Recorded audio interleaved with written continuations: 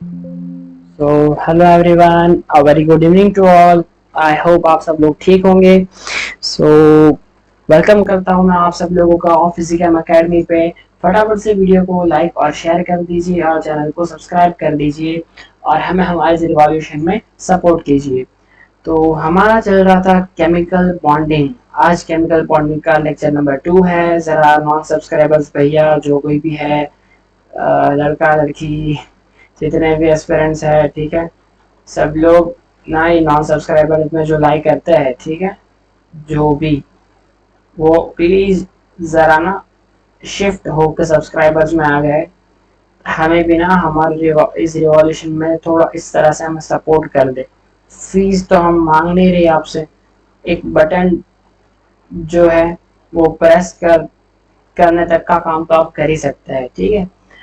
तो चले बढ़ते हैं अपने केमिकल बॉन्डिंग के सेकेंड लेक्चर की तरफ।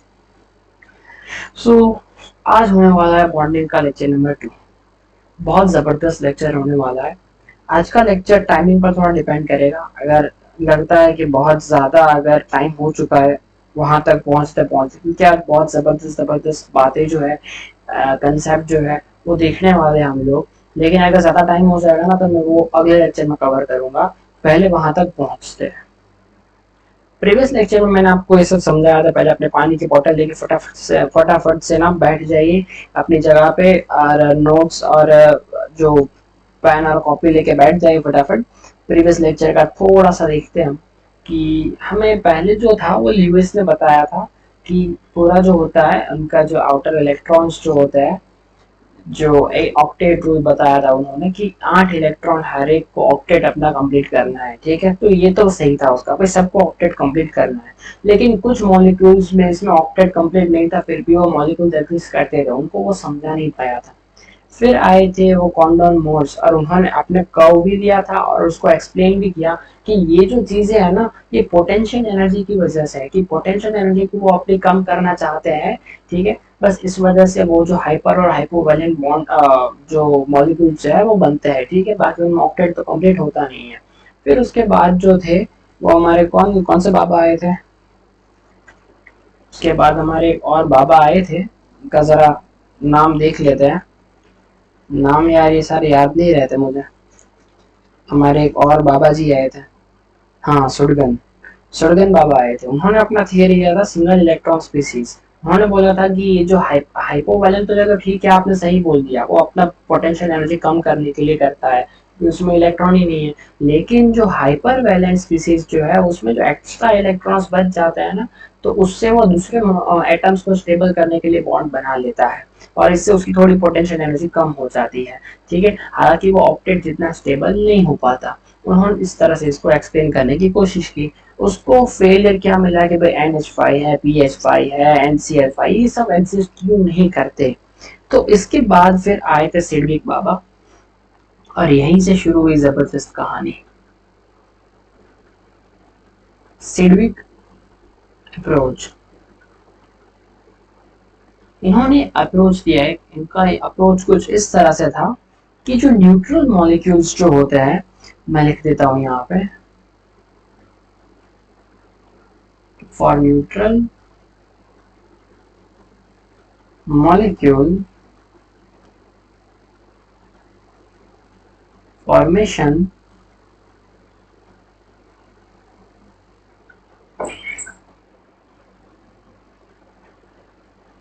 हैविंग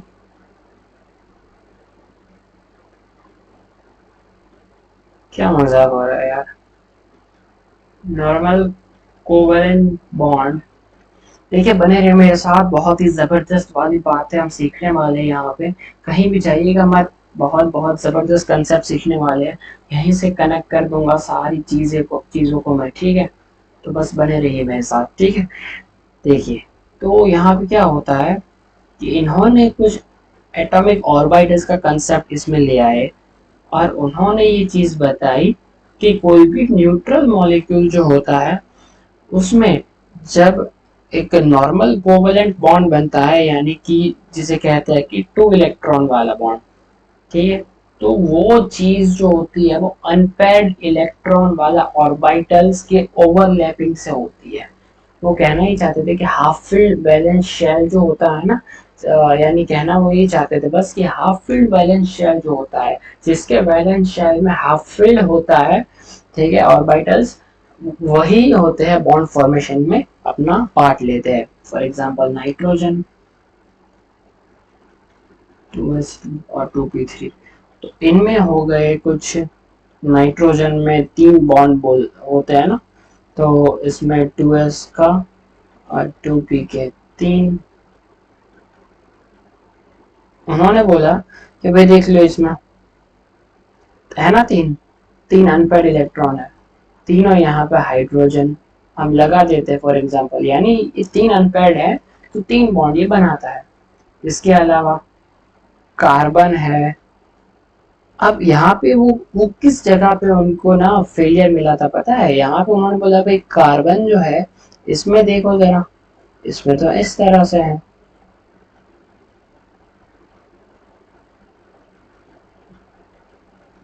ठीक है, 2 अनपेयर्ड इलेक्ट्रॉन है, 2 है, तो फिर कार्बन तो 4 बॉन्ड भी बनाता है।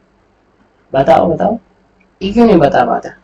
फिर बोरॉन की जहाँ कहानी छिड़ी थी वहीं पे देखे जरा, बोरॉन का,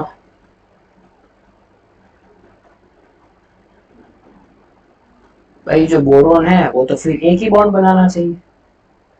फिर देखें फॉस्फोरस को, देखिए फॉस्फोरस की भी बात चली थी ना, नाइट्रोजन मान लिया, चलो आपने बता दिया कि वो क्यों 5 नहीं बनाते, 3 बनाते, फिर फॉस्फोरस का भी तो बताओ।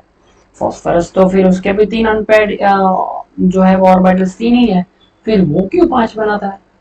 अब बात आई कि ये वाला एक्सेप्शन, इसमें क्या होगा? इसको ओवरकम करने के लिए जो सुडगन सॉरी सिडविक सिडविक बाबा जो थे, उन्होंने सब्सिडरी थियरी दिया। उसको पढ़ने से पहले हमें जो है इसकी कुछ थियरीज पढ़नी पड़ेंगी।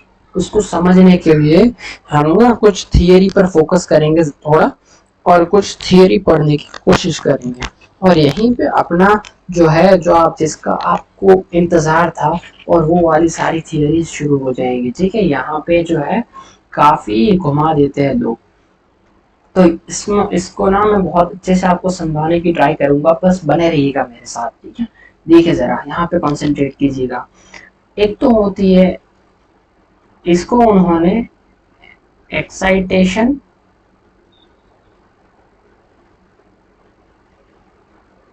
एंड कॉन्ट्रैक्शन थियरी से पूरा एक्सप्लेन किया। उन्होंने इस जो है इससे एक्सप्लेन किया। अब इनको पढ़ने और समझने के लिए जो है वो हमें काफ़ी कुछ चीज़ें समझनी भी पड़ेगी, पढ़नी भी पड़ेंगी, और इसमें जो है बहुत लोग उलझा देते हैं, तो बहुत अच्छे से उसको स्मूथली हम कवर करने की कोशिश करेंगे। आप बस हमारे साथ बने रहिए, बस ये एक बेसिक नीड है हमारे कि आप हमारे साथ बने रहिए। हम आपको सारा कंटेंट बहुत अच्छे से प्रोवाइड करेंगे, आप आराम से आईआईटी निकाल दोगे। ठीक है, तो टेंशन मत लो और बस बने रहिए हमारे साथ। देखिए अब यहाँ पे क्या है, उन्होंने क्या कहा, वो कहना ही चाह रहे थे कि एक्साइटेशन एंड कॉन्ट्रैक्शन थियरी से वो सारा एक्सप्लेन कर देते हैं। ठीक है, एक्साइटेशन थियरी में वो ऐसा कहना चाह रहे थे कि एक्साइटेशन जो इलेक्ट्रॉन का होता है वो लो एनर्जी एटॉमिक ऑर्बिटल से हाई एनर्जी एटॉमिक ऑर्बिटल में होता है, लेकिन कौन सा? वैलेंस शेल में। ठीक है, और जिनके बीच में एनर्जी का गैप जो होता है वो कम होना चाहिए। ठीक है, अगर ऐसा हुआ तो वो इलेक्ट्रॉन जो है एक ऑर्बिटल से दूसरे ऑर्बिटल में जंप कर जाएगा, बस इसी को बोलते हैं एक्साइटेशन। बराबर, ठीक है। तो जो एक्साइटेशन जो है वो generally take place to increase number of unpaired electron और number of singly occupied atomic orbitals. यानी हमने क्या पढ़ा कि जो सिंगली ऑक्यूपाइड एटॉमिक ऑर्बिटल्स या फिर अनपेयर्ड इलेक्ट्रॉन्स वाला हाफ फील्ड जिसे कहते हैं, हाफ फील्ड ऑर्बिटल्स जो होते हैं वो अपना पार्ट लेते हैं एक बॉन्ड बनाने में। ठीक है, तो अब वो जो है बॉन्ड ज्यादा बनाने के लिए जो इलेक्ट्रॉन जो है वो दूसरे ऑर्बिट एक ऑर्बिटल में से दूसरे ऑर्बिटल में जंप कर जाता है अगर दो ऑर्बिटल के बीच में एनर्जी कम है। इसी को कहते हैं एक्साइटेशन थियरी।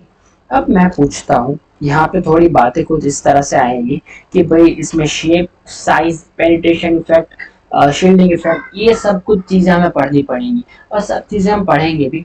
पहले ना हम इन सब को भी पढ़ने से पहले हमें एटम, जो एटम में जो जो ऑर्बिटल्स है ना, उनके शेप और उनकी साइज को पढ़ना जरूरी हो जाएगा। यानी हम एक के ऊपर चलेंगे। सबसे पहले जो है हम यहाँ पे shape and size of atomic orbitals पढ़ते हैं, ठीक है। अब ये पढ़ेंगे ना, उसके बाद हम जंप करेंगे कॉन्ट्रैक्शन थियरी वाली चीजों पे, यानी जो शील्डिंग है, पेनिट्रेशन है, वगैरह वगैरह जो सब चीजें हैं, इन पे हम थोड़ा जंप करेंगे। फिर उसके बाद थोड़ा पूरा रिलेट करके हम चलेंगे। तो सबसे पहले जो है बेसिक चीज हमें पढ़ने की जरूरत है कि shape and size of atomic orbitals, ये हमें बहुत ज्यादा जरूरी है पढ़ना, ठीक है। चलिए कुछ बातों को जरा देखते हैं कि हमें एक तो बात पता है कि इलेक्ट्रॉन जो होता है ना, उसके पास जो है वो वेव नेचर है और पार्टिकल नेचर भी है। दोनों नेचर इलेक्ट्रॉन के पास है। नॉर्मली जब वेव नेचर की बात आती है ना, तो हम वेव नेचर को, उसका वेव नेचर को दिखाने के लिए हम साई, इसका यूज करते हैं। ये क्या दिखाता है? Motion of an electron. Electron का मोशन, इलेक्ट्रॉन जो मूव कर रहा है उसकी वेव किस तरह से जा रही है, वो ये साई दिखाता है। इसको बोलते हैं, इसको क्या बोलते हैं? वेव फंक्शन बोलते हैं इसको। क्या बोलते हैं इसको? वेव फंक्शन बोलते हैं, ठीक है। इसको बोलते हैं वेव फंक्शन।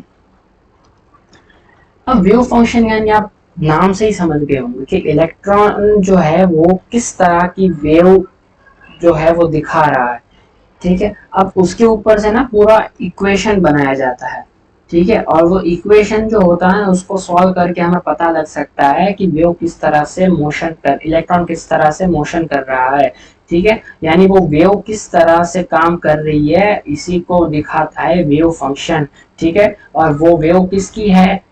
फुला फुला इलेक्ट्रॉन की वेव है। यानी फुला फुला ऑर्बिटल में जो इलेक्ट्रॉन है उस वो किस तरह से मोशन कर रहा होगा, तो उसके साथ एक वेव एसोसिएटेड होगी। तो वो वेव का जो किस तरह से एसोसिएटेड होगी, किस तरह से वो मूव कर रही होगी, मोशन ऑफ इलेक्ट्रॉन किस तरह से होगा, वो दिखाता है हमें वेव फंक्शन, ठीक है।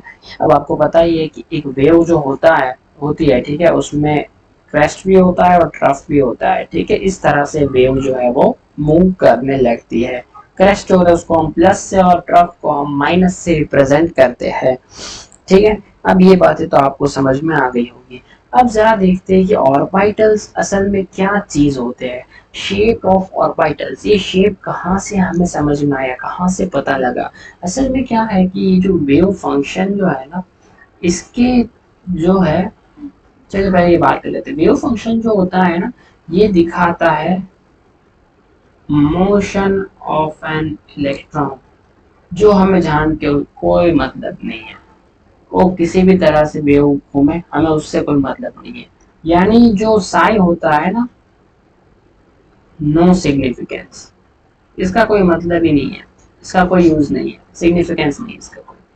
लेकिन अगर हम ये सपोज के ये इस तरह से वेव दिखा रहा है, ठीक है, और अगर हम इसका स्क्वायर कर दे, यानी ये कहना क्या चाह रहा है, साई जो है वो दिखाता है कि इलेक्ट्रॉन किस तरह से एटम में मोशन दिखा रहा है, ऑर्बिटल, ऑर्बिटल में न्यूक्लियस के इर्द गिर्द किस तरह से मोशन दिखा रहा है, वो कौन बताता है? साई बताता है। लेकिन इसका कोई सिग्निफिकेंस नहीं, क्योंकि हमें ये कोई और चीज, हमें वैल्यूएबल इंपॉर्टेंट समझने वाली चीज नहीं बता। लेकिन अगर हम इसका स्क्वायर कर देना, क्योंकि मोशन जो करता है, हमें क्या चाहिए कि ऑर्बिटल्स क्या होते हैं, इलेक्ट्रॉन के फाइंड करने की प्रोबेबिलिटी कहाँ सबसे ज्यादा है, ठीक है।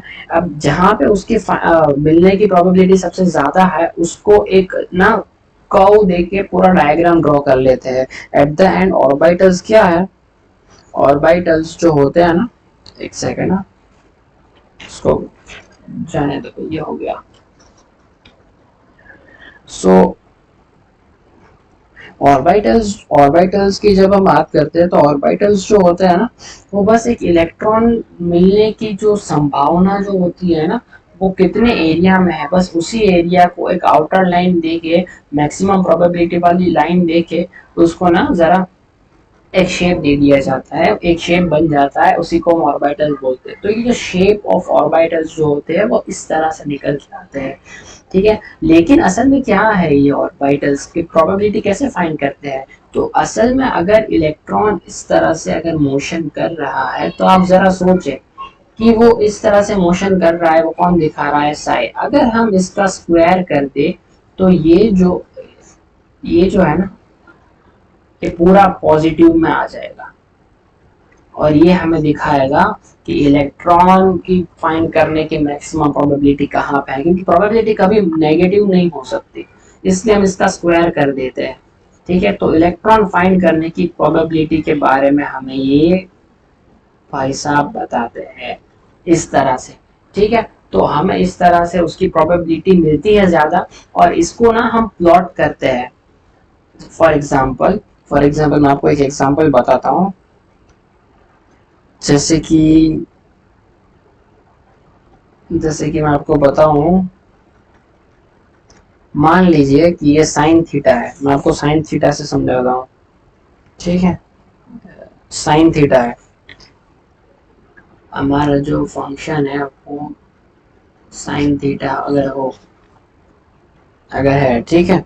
तो इसका किस तरह से वेव आता है? साइन थीटा का हम सबको पता है कि इस तरह से इसका वेव आता है, ठीक है। अब जरा आप इस चीज को गौर से जरा देखिए, इसको देख के क्या आपको ऐसा लग रहा है? इसको ना इस तरह से प्लॉट करते हैं पूरा 0 से 180 तक, ये पूरा जो है ये मैक्सिमम प्रोबेबिलिटी 90, फिर डिक्रीज हो रही है, फिर वापस से बढ़ रही है, और फिर वापस से डिक्रीज हो रही है।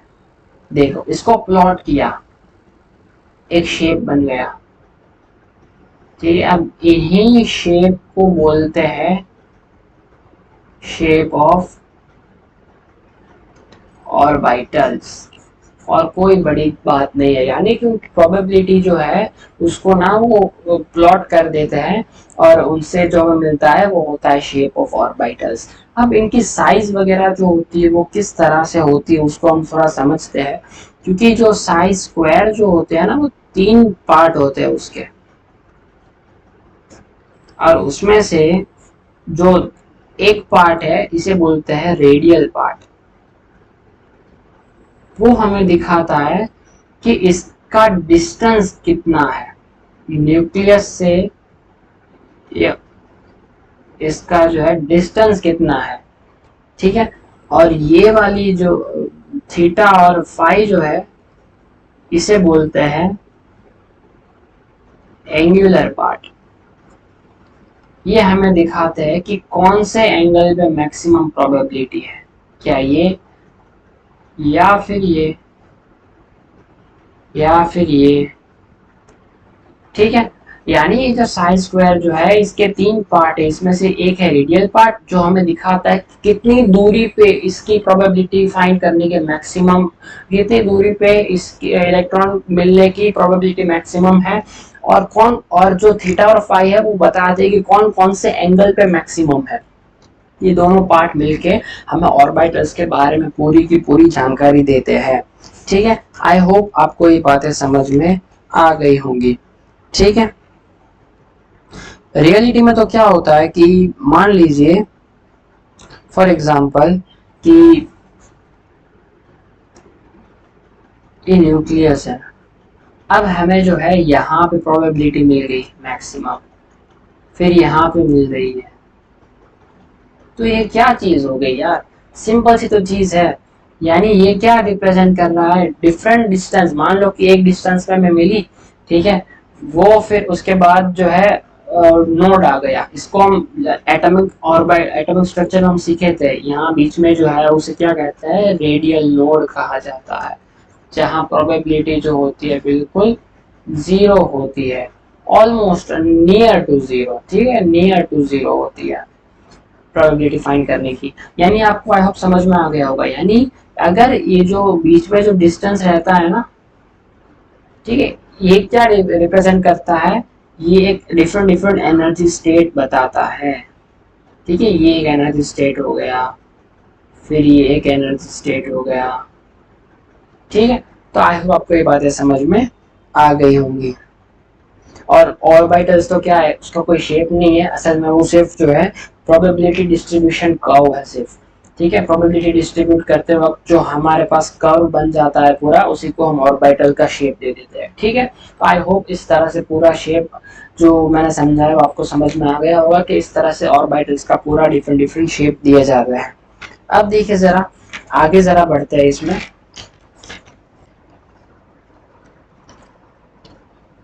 अब एस ऑर्बिटल जो होते हैं, इसी तरह से एक और बात है। देखिए अब यहाँ पे जो है और शेप क्या होते हैं वो हमने समझ लिया, और साइज क्या होती है वो भी हमने समझ लिया। ठीक है, कि डिफरेंट डिफरेंट। हाँ अच्छा, अगर जो इस तरह से हमें मिलता है, ठीक है, ये जो डिस्टेंस होता है ना, इसको कहते हैं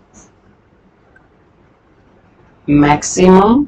मैंने लिखा था, एक सेकेंड ना, इसको क्या कहते हैं, इसको कहते हैं maximum most probable distance, sorry,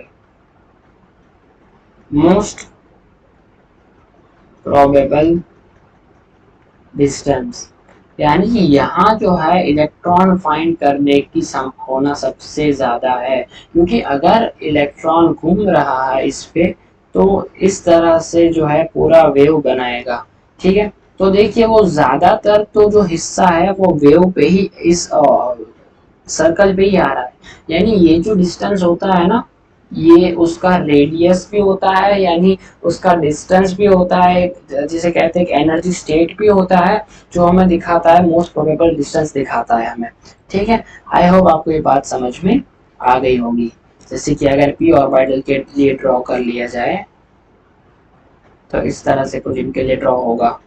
ठीक है, तो ये वाला क्या होगा, मोस्ट प्रोबेबल डिस्टेंस होगा। ये जितना ज्यादा बड़ा होगा उतना ही ऑर्बिटल भी बड़ा होगा, और जितना ऑर्बिटल बड़ा होगा यानी वो काफी बड़े शेल में वो रहा होगा। ठीक है, दूर रहा होगा काफी वो न्यूक्लियस से, यानी कोई बड़े शेल में रहा होगा।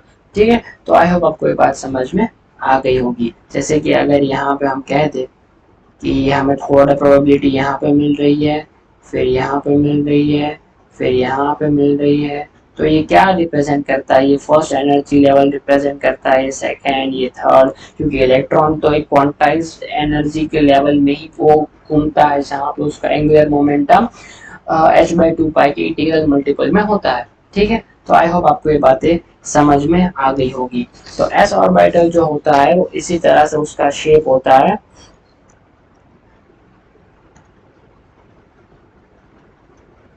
तो इसका शेप जो हमें देखा गया है वो है गोल।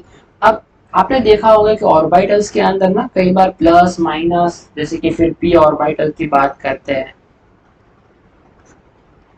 पी ऑर्बिटल की बात करते हैं, प्लस माइनस, ऐसा सब आपने देखा होगा। ठीक है, ऐसा सब आपको देखने मिला होगा।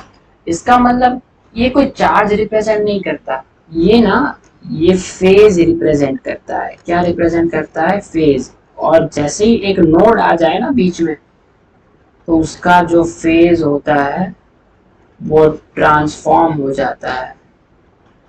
अब एग्जैक्टली ये कहना क्या चाह रहा है, ये जो है आपने देखा होगा कि जब भी हम कोई वेव लिखते हैं तो ये क्रेस्ट होता है, ट्रफ होता है, बस ये जो प्लस और माइनस साइन है ये उसका फेज रिप्रेजेंट कर रहा है, क्रेस्ट और ट्रफ को रिप्रेजेंट कर रहे हैं।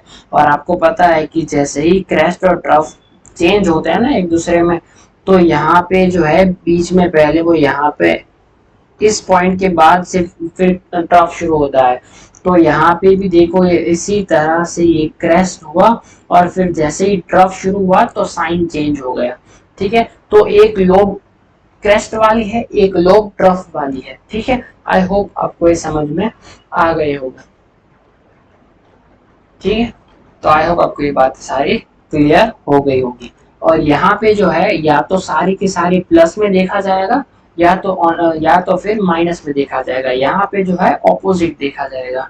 ठीक है, आई होप आपको ये बातें समझ में आ गई होगी। ये प्लस माइनस जो है वो फेज है, और नोड के बाद जो फेज होता है वो ट्रांसफॉर्म हो जाता है दूसरे फेज में। यानी जब यहाँ पे इलेक्ट्रॉन की प्रोबेबिलिटी अगर हम देखें तो यहाँ पे मैक्सिमम आ गई, यहाँ पे मैक्सिमम, ठीक है, ये हो गया मैक्सिमम, ये हो गया मैक्सिमम, मैक्सिमम प्रोबेबल डिस्टेंस ये वाला आ गया, यानी ये क्या हो गया, ऑर्बिटल का साइज हो गया। ठीक है, इसके बाद फिर प्रोबेबिलिटी डिक्रीज करती गई, फिर जो होती है माइनस, यानी कि दूसरे फेज में ट्रफ में शुरू होती है प्रोबेबिलिटी बढ़ना। यानी इसका मतलब ये है कि अब उसका यहाँ पे जो है जीरो प्रोबेबिलिटी होगी, यहाँ पे क्या है, नोड है, तो यहाँ पे हमें नोड मिल गया। उसके बाद जो है फिर से बढ़ना शुरू होगी, फिर से बढ़ना शुरू हो रही है, फिर जो है यहाँ पे मैक्सिमम, यहाँ पे मैक्सिमम, फिर उसके बाद जो है फिर कम हो जाएगी। तो इस तरह से पूरा उसका वेव चलेगा, इस तरह से पूरा उसका ऑर्बिटल का शेप बन गया। तो नोड के बाद जो होता है वो फेज होता है वो ट्रांसफॉर्म हो जाता है, यानी क्रेस्ट और फिर ट्रफ। क्योंकि एक क्रेस्ट से जब वेव ट्रफ में जाएगा तो वो यहाँ पे बीच में एक नोड आएगा, और नोड को क्रॉस करके ही फिर वो जाएगा। ठीक है, तो ये उसके पीछे का लॉजिक है। आई होप आपको ये समझ में आ गया होगा। ठीक है, तो जब भी ऑर्बिटल्स में प्लस माइनस लिखे तो उसका फेज रिप्रेजेंट कर रहे हैं, यानी वो क्रेस्ट शो कर रहा है कि ट्रफ शो कर रहा है। ठीक है, उसको बस वो रिप्रेजेंट कर रहे हैं। ठीक है, और एस ऑर्बिटल जो होता है उसमें बस एक ही फेज होता है, या तो प्लस कह दो या तो माइनस कह दो। पी ऑर्बिटल जो होता है उसमें दो फेज होते हैं, एक में प्लस होता है दूसरे में माइनस होता है, या फिर उल्टा कह दो, एक में माइनस होता है एक में प्लस होता है, उससे कोई मतलब नहीं है। पर मेन क्या है, मेन बात क्या है कि एक और दूसरा ऑपोजिट फेज होना चाहिए। यहाँ पे पूरे में सिंगल फेज है फैला हुआ। ठीक है, और यहाँ पे जो है सारे में, और यहाँ पे जो है इससे ऑपोजिट इसमें होना चाहिए। आप ऊपर वाले को माइनस फेज कहते हो, नीचे वाले को प्लस फेज कहते हो, कोई फर्क नहीं पड़ता। ठीक है, बट मेन बात जो है इसमें दो फेज देखे गए हैं जो दोनों अलग अलग डिफरेंट ऑपोजिट होने चाहिए। इसी तरह से जब डी ऑर्बिटल की बात होती है, ठीक, जब डी ऑर्बिटल की बात होती है तो इसमें एक तो होते हैं अलोंग द एक्सिस ऑर्बिटल्स होते हैं,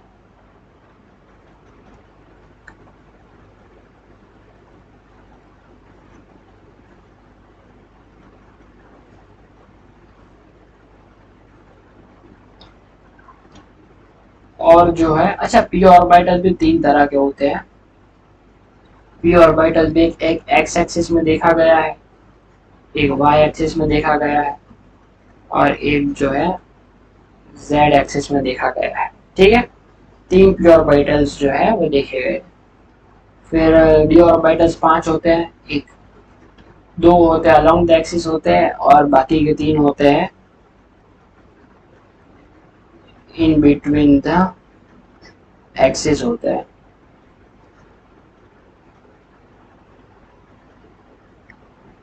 एक्स वाई कह दो,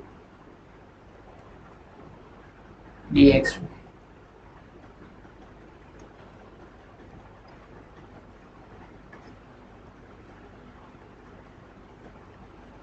Y Z.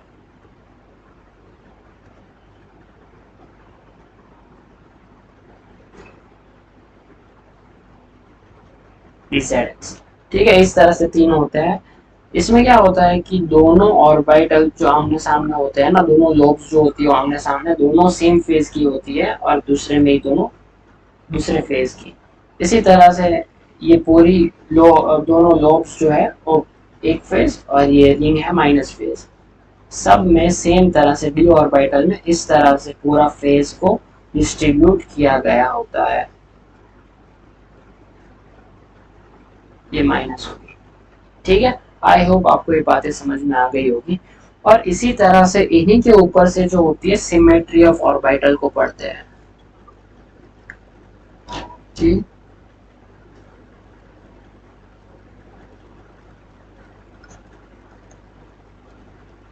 Symmetry of orbital भी इसी के ऊपर से आती है, इसको भी जरा आपने देख लेते हैं।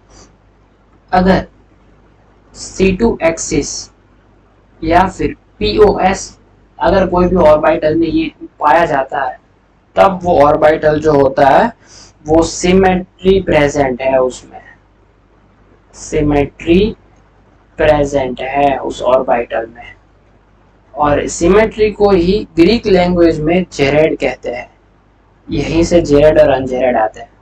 ठीक है, जैसे कि अगर हम यहाँ पे p ऑर्बिटल को देख ले, हमें पता है कि p ऑर्बिटल में एक प्लस फेज होता है, एक माइनस फेज होता है।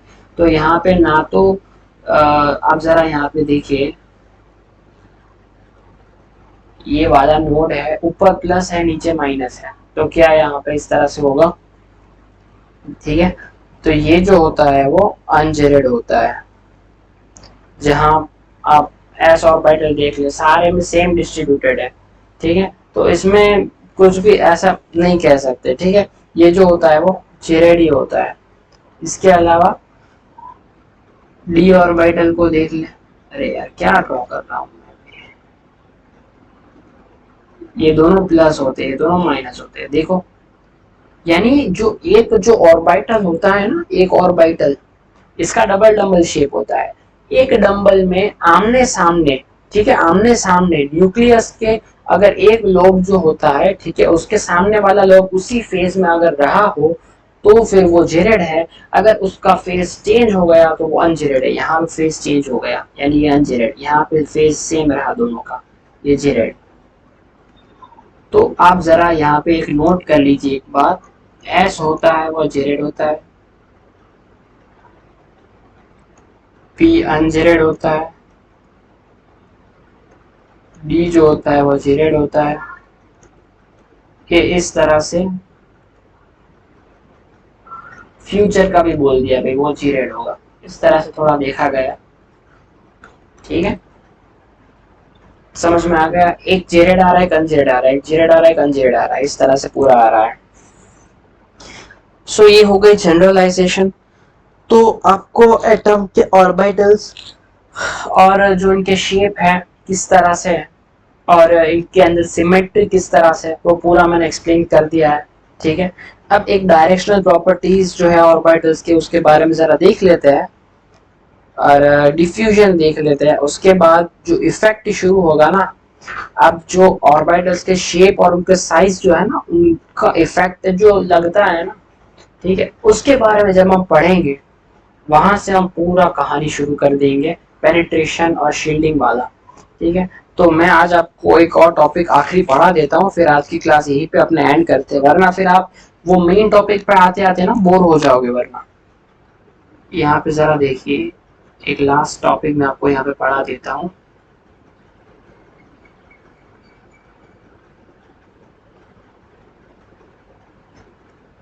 जो है डायरेक्शनल प्रॉपर्टीज ऑफ ऑर्बिटल्स। देखिए, अब डायरेक्शनल प्रॉपर्टीज यानी किसी एक डायरेक्शन में अगर ऑर्बिटल ओरिएंट किया हुआ है तो उसकी डायरेक्शनल प्रॉपर्टी है। जैसे कि अगर एस की बात करें तो देखिए, एस जो है वो कोई भी एक डायरेक्शन में नहीं है, वो स्फेरिकल है, सभी डायरेक्शन इक्वल स्प्रेड है। तो ये जो होता है इसके पास नॉन डायरेक्शनल प्रॉपर्टी होती है। क्या होती है?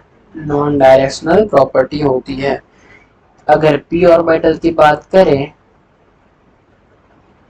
ये x और ये y, तो p ऑर्बिटल कोई भी एक एक्सिस में, वो देखो यहाँ पे इलेक्ट्रॉन ज्यादा होंगे, यहाँ पे इलेक्ट्रॉन ज्यादा घूम रहे होंगे। ठीक है, यहाँ पे मोस्ट प्रोबेबल डिस्टेंस है, यहाँ पे पाए गए हैं ज्यादा। ठीक है, तो देखिए वो इन डायरेक्शंस में जो है वो ज्यादा पाए, यहाँ पे एंगुलर नोड है, यहाँ पे नहीं पाए गए, ये उसका, इसीलिए तो उसका शेप बना इस तरह से। ठीक है, तो इस तरह से शेप है, उसमें भी वो यहाँ पे ये वाले डिस्टेंस पे जो है वो ज्यादातर मैक्सिमम पाएगा, ये उनका मैक्सिमम प्रोबेबल डिस्टेंस है। ठीक है, तो आप जरा देखिए, ये पर्टिकुलर एक डायरेक्शन में ओरिएंटेड है, तो p ऑर्बिटल है, फिर ऐसे ही जो होते हैं d ऑर्बिटल्स जो होते हैं वो भी एक डायरेक्शन में ओरिएंटेड होते हैं। तो p ऑर्बिटल है, d ऑर्बिटल है, ये सारे क्या होते हैं, डायरेक्शनल ऑर्बिटल्स होते हैं। यानी s ऑर्बिटल जो होता है वो नॉन डायरेक्शनल प्रॉपर्टी अपने पास नहीं रखता।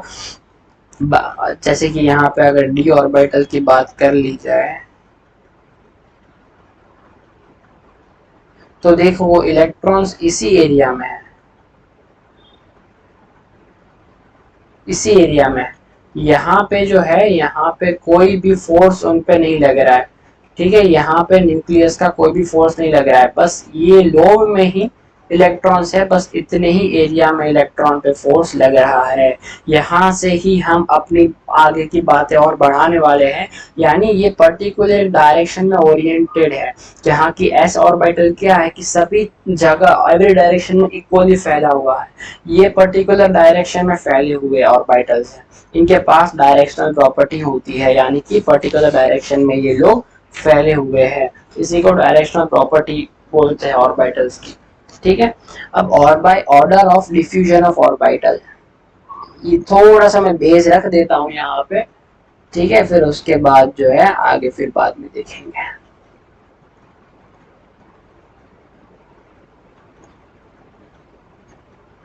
देखिए यहाँ पे ये s ऑर्बिटल है, यहाँ पे p ऑर्बिटल है, यहाँ पे d ऑर्बिटल है, ठीक है। आप जरा आप इसको देखें, यहाँ पे इलेक्ट्रॉन इस ऑर्बिटल में घूम रहा है, ठीक है, यहाँ पे इलेक्ट्रॉन इस ऑर्बिटल में घूम रहा है, तो इस ऑर्बिटल में उसको सभी जगह से अट्रैक्शन लग रही है। यानी दो इलेक्ट्रॉन जो है, दो इलेक्ट्रॉन के लिए एक लोब है, ठीक है। यहाँ पे दो इलेक्ट्रॉन तो है लेकिन उनके लिए दो लोब है, और यहाँ पे दो इलेक्ट्रॉन है जो चार लोब में फैले हुए हैं। यानी यहाँ पे जो है इलेक्ट्रॉन जो होते हैं वो अपने ऑर्बिटल्स में काफी फैले हुए हैं। इसको मैं थोड़ा रिलेट आपको एक काम करता हूँ, मैं बाद में कराता हूँ, वरना आप ज्यादा कंफ्यूज हो जाओगे, ठीक है, कंफ्यूजन आपका बढ़ जाएगा। मैं आपको effect of shape and orbitals पढ़ाता हूँ, फिर ऑर्डर ऑफ डिफ्यूजन में आपको अच्छे से पढ़ाऊंगा, क्योंकि वरना आप ज्यादा कंफ्यूज हो जाओगे, ठीक है। तो मिलते हैं अपने अगली क्लास में। अगली क्लास में आप बस बने रहिएगा। सोचा था मैंने आज ही करा दूंगा, लेकिन फिर आप ज्यादा बोर हो जाओगे और दिक्कतें आने लगेंगी। इससे अच्छा है कि फिर अपने यहीं पे अपना सेशन जो है वो एंड कर देता है, ठीक है। अगली क्लास में मिलते हैं, लेकिन अगली क्लास को जरा भी मिस मत कीजिएगा, बहुत जबरदस्त कंसेप्ट टॉपिक रहने वाला है। और बने रहिए हमारे साथ ऑन जॉन Physicum Academy. Complete course on chemical bonding आपको कराया जाएगा only on Physicum Academy. So bye bye everyone, take care and see you later.